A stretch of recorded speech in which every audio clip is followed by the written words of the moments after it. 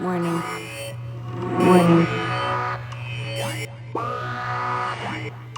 This is not a test. There will be no emergency alert from the government.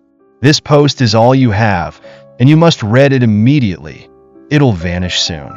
On Monday, February 10th, half of my town's inhabitants woke to find themselves afflicted with a headache, and we treated it as a commonplace outbreak of the winter flu. Much like the ever-elusive snow day, the town cold is a one per annum staple of the season. In both cases, adults despair and opportunistic schoolchildren treasure that day off school. My point is that an outbreak of the flu is nothing out of the ordinary in our town. But this isn't the flu, and it isn't confined to this town. It's everywhere. The headache's consequential phenomenon, which began on Tuesday, February 11th, made both of those things painfully clear. We should have known. Nobody felt as if they had the flu. There were no congested noses, no spluttering coughs, not even a stray sneeze. Only headaches. The mystery of the town headache was a hot topic in the local eatery, on the morning commute, and even at work. One bus passenger jested that the smarmy mayor's opulent kitchen setup, which features a whopping 10 stoves, might have leaked enough carbon monoxide to poison the entire town. And two of my colleagues had a particularly unsettling conversation about the supposed sickness. Stephen said, "I've had migraines before, but this is something else. Even my ears are throbbing. I'm half convinced that my brain is about to slip out of them." "Do you think something's going around?" asked Paul. "I suppose. But it's curious that we only have headaches," Stephen replied. Paul shrugged. "Well, that's how it always starts. I'm sure we'll see more symptoms tomorrow." We did. I was woken, around 6 on Tuesday morning, by a barbed screech from the street. It was agonizingly melodic, much like the second voice which accompanied it 10 seconds later. A baritone yell to bottom out the soprano shriek. Both sounds somehow drowned out the roar of torrential downpour. The rainfall hadn't been enough to wake me before my morning alarm, but the screams certainly did. I had the overwhelming urge to stay in bed, to do anything but draw back the curtains covering my bedroom window. There are no words to encapsulate my dread, weighty and doughy. It stuck to the walls of my gut, threatening never to let go. Not until I had an answer, at least. But that was a lie. Dread gave way to horror when I opened the drapes to gaze at my rainy cul-de-sac. On the other side of the road, watched by their blubbering son on the front lawn, were two sing-song shriekers, Mr. and Mrs. Cowley. They were rising into the air. It seemed impossibly as if the fundamental laws of physics had turned a blind eye, made an exception. My neighbors were ascending, rocketing upwards, flailing their arms and legs fearfully as the ground drove away from them. The harder they tried to swim back down to the dirt, the faster some higher power seemed to pull them away. I blinked disbelievingly, hoping that the scene outside my window would change once I cleaned the gunk from my eyes. I hoped that a saner version of reality would reveal itself. But it was no trick, no illusion. When I opened my eyes, Mr. and Mrs. Cowley had risen higher still, and their forms, unfastened from earthly forces, showed no sign of slowing. They had climbed higher than the houses of our town, floating away from the soil and their crying son, those two wet, mushy messes below. The Cowleys' mouths were hanging wide open to unleash those hauntingly melodic notes, one low, the other high. And as they started to claw their hands at their gaping jaws, I considered something horrifying, that their bodies were disobeying not only the laws of gravity, but any conscious commands to stop the screaming, and that something else might be conducting their vocal cords to produce those musical notes. Then my own scream loudened as I noted more bodies in the distance, rising like Mr. and Mrs. Cowley, floating upwards from adjacent residential streets and disappearing into the clouds, never coming down. For a few minutes during that inceptive period, social media posts flourished. There was evidence of the phenomenon online, not just here but in countries across the world. Minor incidents in minor places perhaps, but it was a global event. You have to believe me. People began floating upwards, and within a matter of 5 minutes, they had disappeared beyond the clouds, much like their choral symphony of terror. Every ascending person reported a headache the day before. By 6:10 a.m., shortly after the bodies had vanished, Posts vanished too. Posters vanished. I know how it sounds, but you'll find no tinfoil hat on my swollen head. It's real. It happened. The Cowley boy has been standing on the lawn and crying all day. Nobody's gone to help him. I think we're all, those of us who remain, too afraid to go outside. And I know it's going to happen again. My head has started throbbing. It is a feeling like no other. The pain, the headache comes with a persistent pressure. Cracks out in my head. Speckles skitter across my eyes. My brain balloons. Would it be more terrifying to float off into space, with no way of binding oneself back to Earth, or to float into some supernatural abyss? Could this be the rapture itself? I don't know what happened to the Ascenders, you see, but I will soon. I've been staring out of my window for 4 hours, and my eyes sting. I don't think I've blinked in that time. I yearn for the outdoors. I yearn to be outside. But enough of my mind remains that I have the wisdom to post this warning. If you have a headache, stay home. Don't bother posting about your experience. Until the phenomenon hits major cities, I think any evidence will be suppressed, easily discounted as a lie, given that this is happening in such small places. But you'll know the truth soon enough. Hopefully, you'll only see it. You won't feel it behind your eyes, as I do. But if you do feel your head pound, and you live with someone, then beg that safe person to tie you down. You won't be able to resist the call. I'm terrified. My mouth is twitching, and I feel a murmur building at the back of my throat. Soon, I'll see what waits above the clouds.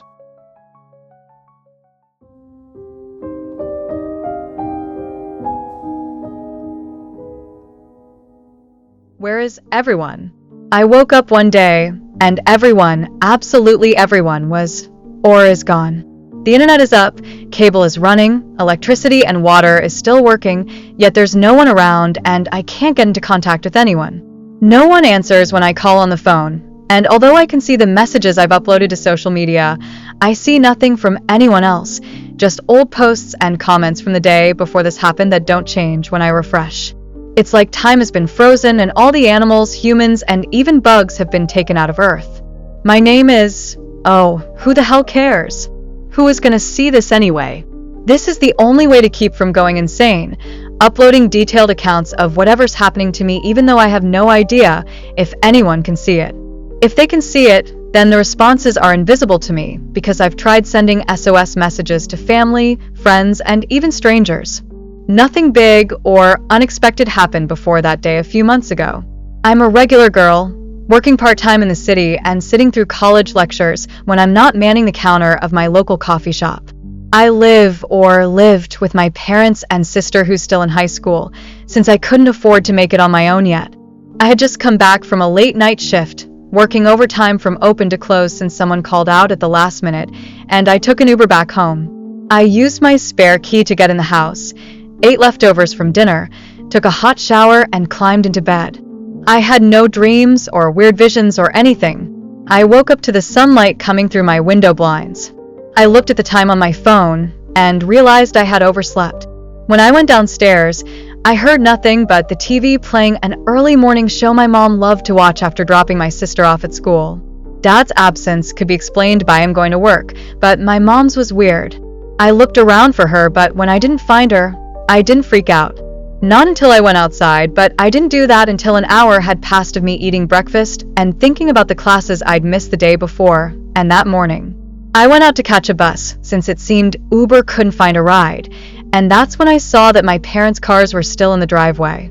Maybe my sister went to school on the bus for once. That was plausible, but what wasn't was my dad going to work without his car and my mom running an errand without hers. I remember looking into the windows of their vehicles, seeing nothing amiss, and trying their cell phones. It rang and ended with their voicemails. I don't think I realized how completely dead the neighborhood was until I walked to the nearest bus stop. Children's bikes were abandoned on the sidewalk, cars that would usually be gone during that time of day because the neighbors worked morning shifts like my dad were present in the garages. There was no sign of life anywhere, no birdsong, no butterflies or bees despite the weather conditions being perfect for them. Everything was so quiet, like an empty graveyard. I felt like something was deeply, deeply wrong, but I tried not to think about it as I waited for the bus. The bus did not come after an hour, and traffic was strangely at a standstill. I began walking, traveling further into the city, and that's when I started to grow more concerned by the second. The city was just as dead as the neighborhood. The bus I had been waiting on was parked at a stop on a busy street, with no driver and no passengers. The wind blew grocery bags like they were tumbleweeds across the road, and the buildings, while all lit up from the inside, contained no people. No employees, no customers, you get the gist. At that point, I would have been overjoyed just to see a squirrel climb up a tree. I reacted just as anyone would. I panicked, and I mean panicked hard. I had an utter meltdown in the middle of Broad Street, hyperventilating and curling into a ball, soaked in my own sweat. There was no one around to help me, to call an ambulance, or even ask if I was all right. It was maddening, and it wasn't even midday yet. I walked all the way to my job, found the cafe open but vacant, and then walked to my college campus, which of course yielded the same results. I sat down in the lecture hall, frantically Googling anything on my phone that may relate to what was happening. All I could think was that the entire city had evacuated, and I was somehow left behind or something like that. No news had been posted since yesterday on every website I checked. When I tried to refresh browser pages, the tabs would turn blank, and then an error message would appear. I went back home, which took at least 3 hours of walking, with sores developing on my feet, and got into my dad's car after finding his keys on the key tray in the hallway, a detail I hadn't noticed before. I was crying as I drove around the city, going around cars that were randomly stopped on the street. I drove past the city border into the next town, which was exactly the same, so I drove to the next town after that one. During my impromptu road trip, I passed by unoccupied airports, the planes all there since clearly there were no flights taking off. The numbers I kept calling and texting were my family and friends and the police. I didn't know what else to do. Eventually, I pulled over to the side of the road and sobbed and screamed in frustration, rocking in the driver's seat with my knees pulled up to my chest. I cried until I had no more tears left to shed, and my face was redder than a tomato, with snot pouring out my nose like a faucet. This had to be a bad dream, I'd thought, or some kind of super elaborate hoax of which I was the sole victim. Day in and day out, I focused on adapting until I came across someone and keeping myself sane by watching old YouTube videos and saved Instagram reels. I didn't dare go back home. The lack of the sound of my sister's rude jokes at my expense, my dad's laughter at some stupid sitcom, and my mother's cooking only served to give me a deep depression during which I never left my room, so I couldn't be reminded of how alone I was. Instead, I decided to try and make the most of this fucked up situation by traveling, since the world was still functioning, just without the people who made it that way. That's something I thought about a lot. As the weeks passed, I was so scared that the lights would shut off permanently and the water would stop running. So scared, in fact, that it made me want to vomit and pass out. But that never happened. Even reruns of TV shows still broadcasted when I turned on any TV. It was really fucking weird. I mean, really, really weird. Who was keeping the electrical paid? Who was tending to the plumbing? Who was broadcasting television and keeping Wi-Fi servers up? The only catch was that I couldn't see anything new that was uploaded past the day I realized I was alone, meaning no recent news, no live shows, nothing. I try not to think about this too hard because, to be honest, even though I was glad I could still flush toilets after I used them and turn on lights in dark rooms, the thought unsettled me. It made me feel like I was the center of the universe's cruelest practical joke, but I knew a prank of this magnitude was simply impossible. Unless my brain was undergoing some high-tech simulator while my body was in the real world, making me think this was reality, when it's actually a program designed as some mentally scarring experiment to see how a human would react when placed in this situation. At least, if that was the case, there was hope of me waking up and returning to normal society, but again, nothing happened the day before all this. I didn't consent to any experiment or scientific testing. And why would these hypothetical government agents or scientists choose me of all people? After the first 2 months, I began to enjoy myself. A bit. Not too much, but a reasonable amount, I'd like to think. I know it probably sounds crazy from your end, but if I kept making theories and freaking out about seemingly being the only person on the planet, or at least on the continent, then I would go insane. The hecticness of daily life is something we can all relate to, feeling like a cog in the machine and wondering if life is just one trial of survival after another. You might have thought to yourself, am I just going to work non-stop until I die? Who am I? Why am I doing this? When can I just enjoy life and take it easy without worrying about the future or bills? Well, when I realized that the upside to humanity being erased, hopefully temporarily, was no rules and responsibilities, I looked at things with a fresher perspective. I would keep traveling until I found someone like me, of course, which was making me lose more hope each day, as I'd gone through a few states by this time, but I would at least take a moment to enjoy the peaceful solitude on the way. I've taken the best naps of my life in fields full of wildflowers, went skinny dipping in hot springs, and even went into a restaurant, thawed out the food from the walk-in fridge, and used their kitchen to cook myself gourmet meals to the best of my abilities.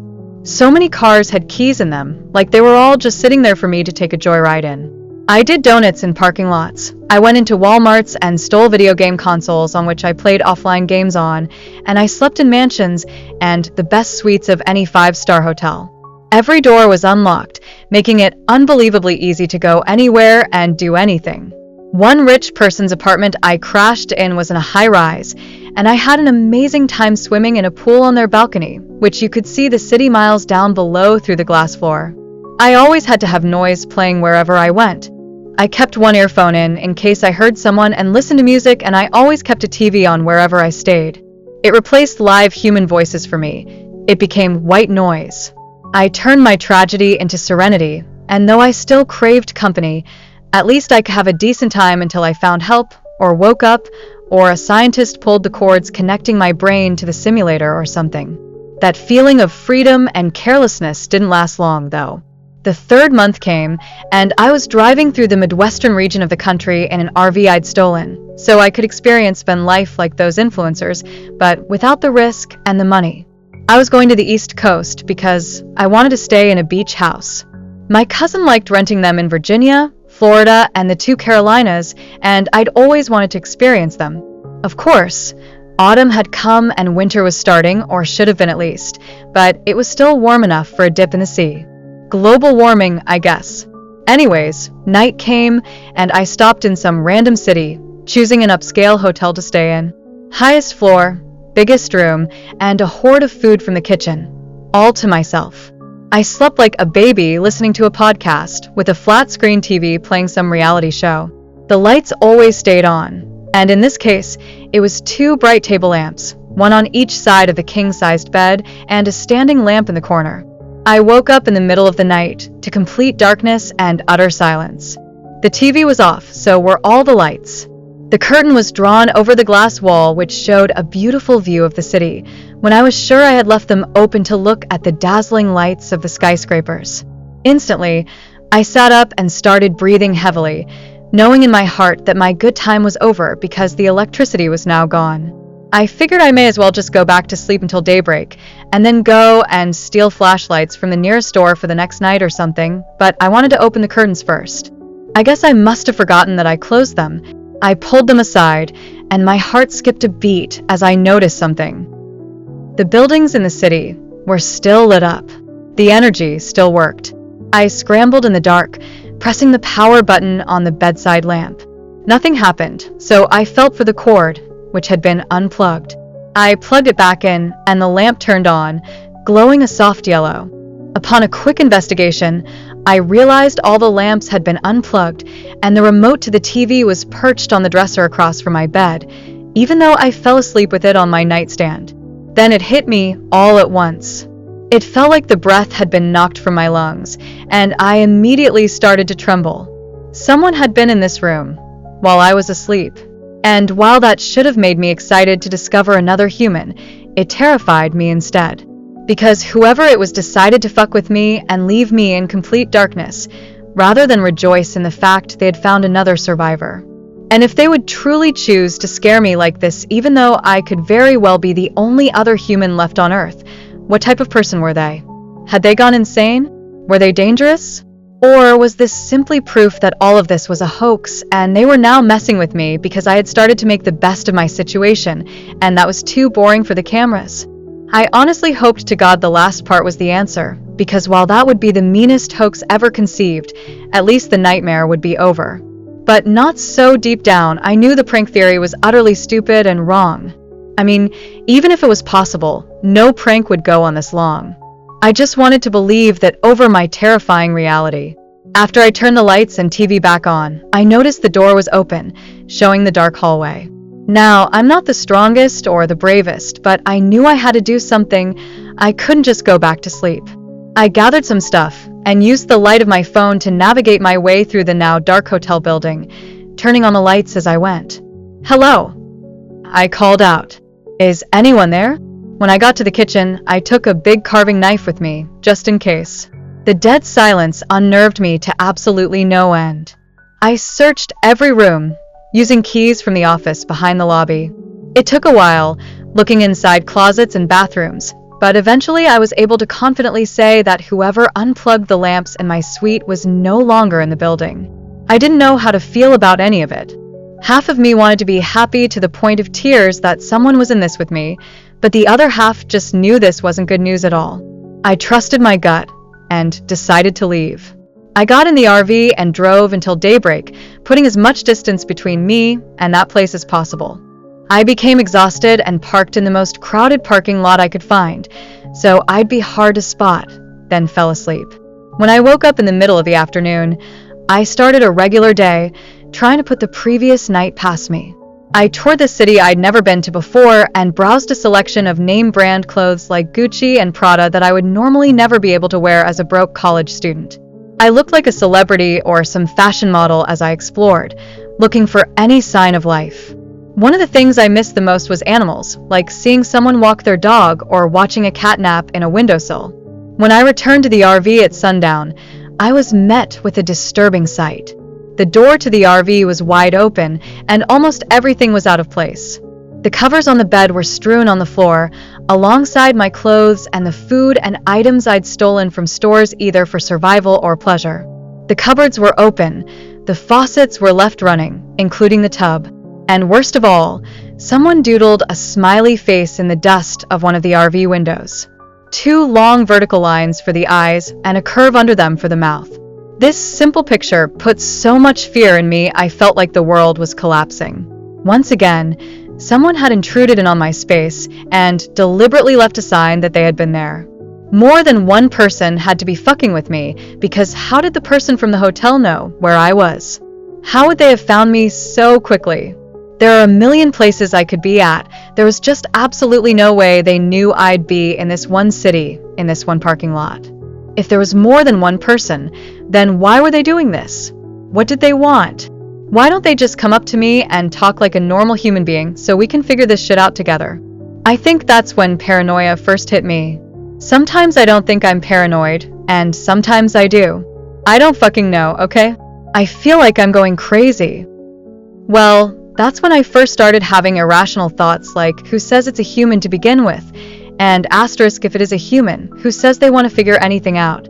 Maybe they know more than you do about why the world is like this, and they know it's unfixable, so they're deciding to have their sick fun with you, because, let's face it, who's around to stop them? Asterisk. The human brain can be so intelligent, but also so masochistic.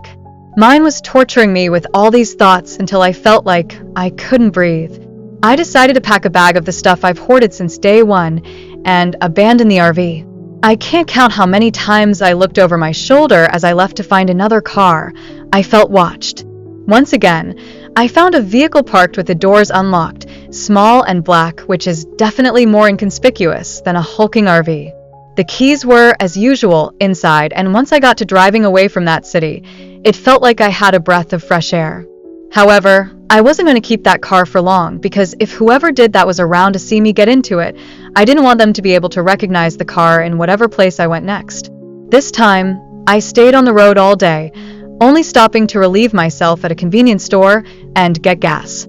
I tried to appreciate the sights I drove past, but I couldn't stop thinking about the stranger, which is what I had decided to call him or her. It wasn't long then until I would reach the East Coast, but night came and I had to sleep. I didn't want to give up comfort just yet, but I was also extremely nervous that I had been followed, although I saw no other cars driving on the road. Instead of sleeping in upscale hotels, I decided to change things up a bit so I wouldn't be as predictable to the stranger. I considered sleeping in a crappy, rundown motel, but I wanted to be absolutely sure they wouldn't know my next move. I parked miles away from my destination, and using Google Maps, which thankfully was still functioning normally, I walked there using back alleys. The sliver of rationality remaining in my brain told me that there's no way they were in that small town without me seeing them following me in a vehicle, but I was taking no chances. I found a big grocery store, took the keys out of a random car in the parking lot that I was going to use the next morning, and decided to gather some covers from the domestic section and crash in one of the back offices of some manager. I locked the door, made a pad on the floor, and turned out the light. I ate a dinner of chips and candy, rather than microwaving or cooking something that would release a smell, which would indicate my location. It was hard getting to sleep, but I managed trying to quietly listen to ambient soundtracks on YouTube with a Bluetooth earphone stuffed in my ear. Sleep snuck on me really. I didn't even feel myself drifting off. I was bone tired, but confident that I left no tracks and was going to be safe. I woke up to music, but nothing was playing on my phone. In fact, my phone had died, and the screen was black. No, the music was coming from the overhead speakers. An old tune from the 40s or 50s, one I faintly recognized but wasn't exactly too familiar with. We'll meet again. Don't know where, don't know when dash. Someone was playing this over the intercom, and it blared throughout the entire store at an almost deafening volume. I sat there on the floor swaddled in covers, shaking so hard I could barely grip my phone as I wondered if it was even safe to leave that cramped little office. That's when I figured I should have tried to find a security room to crash in, as I'd seen cameras installed on the way in earlier. Maybe I could have spotted whoever this was on the footage, but now it was too late. I made double sure the door was locked and then plugged my phone up to the outlet in the corner, so I could at least see the time. I tried to remain as quiet as possible, in case the stranger was still there. When I powered my phone on, I realized it was 4 a.m., and I decided I would not try to leave until sunrise, which should have been in a couple of hours. I just had to sit and wait until then. After the song ended, I heard something else play over the intercom. Someone was simply breathing into the microphone. Soft and subtle, but definitely there. The stranger was still there, and I had no idea how they could have possibly found me. I even checked my phone to make sure my location wasn't turned on anywhere and went through all my stuff thoroughly to be sure there wasn't some kind of AirTag or tracker attached to my clothes or something. My search came up empty. I stayed in that back office for most of the day rather than leaving at sunrise, like a sitting duck. I was too scared to leave. Hours passed of hearing nothing, no music and no breathing, but still, I didn't dare move an inch from where I sat on the floor. I was hungry and thirsty. I felt like a child hiding under the covers from a monster in their closet. I felt foolish. Finally, I checked my phone and saw that it was evening time. I had to make a move. I looked for anything I could use as a weapon first, and all I found was a pen with a particularly sharp tip. I supposed I could stab someone in the neck with it. My backpack on my back, I crept out the door and realized that once again, the lights had been turned out on me. Why? Was whoever was stalking me trying to make it easier to get the jump on me? I removed my shoes so that my footsteps were quiet, my socks padding on the linoleum floor. The only illumination I had was the street lamps outside streaming white, almost ghostly looking light through the big front windows of the store, and the fridges, of course. When I got closer to the front of the store, where the registers were, I heard something fall off a shelf a few aisles away. Not very far at all from my position. I immediately crouched down and listened intently, holding my backpack so the items contained within wouldn't make a rustling noise from me jostling it around. I heard no other sounds, but I was sure the stranger was still here. There was no way whatever that was had fallen on its own. Tears of fear slipped down my cheeks as I decided to abandon my backpack, deciding the contents of it were not worth the risk of it making a noise or slowing me down if I had a confrontation. I left it there on the floor as I changed directions, moving towards the back of the store to see if there was an emergency exit or back door I could exit from instead. I should have done that to begin with, but I don't tend to think too rationally when I'm scared at times. Indeed, all the way at the back, there were a set of double doors I could just barely make out. They were the kind that had this big silver bar in the middle you had to push to open them, and those always made a noise. I braced myself, and in one swift motion, opened the doors and slipped outside. Oh my God, it was absolutely freezing cold outside. I did feel the back office get colder throughout the day, but I thought it was because of the AC or something. No, it's because it was snowing. Blankets of snow powdered the air, and the ground was quickly being painted all white. The air felt like I had stepped into a freezer. It had just felt like summer yesterday, and at this time of day the sun was supposed to start setting, but twilight had already fully descended upon the world. The sky was black, not a star could be seen, and the moon was a tiny sliver barely visible. It was barely autumn, let alone early winter. While it certainly gave me a shock, I did not waste a moment thinking about the drastic change in weather. Instead, I made my way around the front and ran to the car I'd prepared to leave in. As soon as I opened the door, all the lights in the store came on, and it glowed yellow like a beacon in the dark. I froze and stared at the windows, my eyes scanning for any movement. I thought, for just a moment, that I saw a dark figure slip out of sight behind a shelf, but it was so subtle that it could have been a trick of my imagination. I got inside the car, shut and locked the door, ignited the engine, and drove out of that parking lot like a bat out of hell. Once again, I cried. All I could think was, why? Why me? Why am I forced to endure this psychological torture? The only other person left here is stalking me, and I think they mean harm to me. Where is everyone? Where did you all go?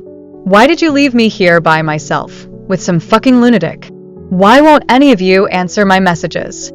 Oh, but don't think that's the worst part. The worst part is, it only took 15 minutes for me to run out of gas, even though when I checked the car out the day before the tank said it was full. When I pulled over at a 7-Eleven to get gas, I noticed the tank was already open, as if someone had messed with it, and a tube that may have once been connected to something was sticking out still, dripping with a dark liquid. I hadn't noticed before, so desperate to get away, but someone had siphoned the fucking gas. And there's another fucking smiley face in the back window. It was drawn with a black marker. I checked the trunk and back seat, worried someone had hitched a ride without me knowing. Someone knew I was planning on using this car, and they could have definitely hid in here without me noticing it until it was too late. But they didn't. However, they did leave something in one of the back seats. My backpack that I had left in the store. How did they sneak out of there so quickly to put it in the car, then go back inside to turn on all the lights? It made no sense. No sense whatsoever. There has to be more than one. There has to be more than one. I checked it. None of my things were inside. In fact, there were just pictures of me, dozens of Polaroids showing me at various times over the past several weeks, stealing from stores, eating food, scouting out cars, and even sleeping. In fact, there was a photo of me sleeping in the back office of that store. How the fuck did they get in? And without me waking up. The door was still locked when I got up. That's impossible. This was too much. I felt the entire world spin around me, but I still got behind the wheel and decided to drive as fast and far as I could. I was dizzy, but I was also so afraid. I almost crashed a couple different times, but I didn't care. I was in pure survival mode. That was a couple days ago. I'm writing this on my phone. I've been sleeping in my car with a knife ever since, and I plan on locating a gun store when I get to the coast so I can arm myself better, although I've no idea how to use a gun. I park my car deep in the woods at night, away from any buildings. Landmarks just make me easier to find. It's not long now until I get to the coast of North Carolina. I plan on getting on a boat and getting out of here. I'm not going to do anything crazy, like sail to another continent, but I'm going to skirt the coast till I get more down south. I don't feel safe traveling on land anymore. I'm going to keep updating as I go. This is the only thing that keeps me sane. I have hope that someone will reach out or something will happen. I just think, they found me. I was typing and I heard someone. I think it's a man. He was outside my car. I drove INTK, a tree, A and D, ran on foot. Help me God, help me, he was running, FTR me. I am hiding RN. If I don't update again tomorrow, please tell my I'm sorry.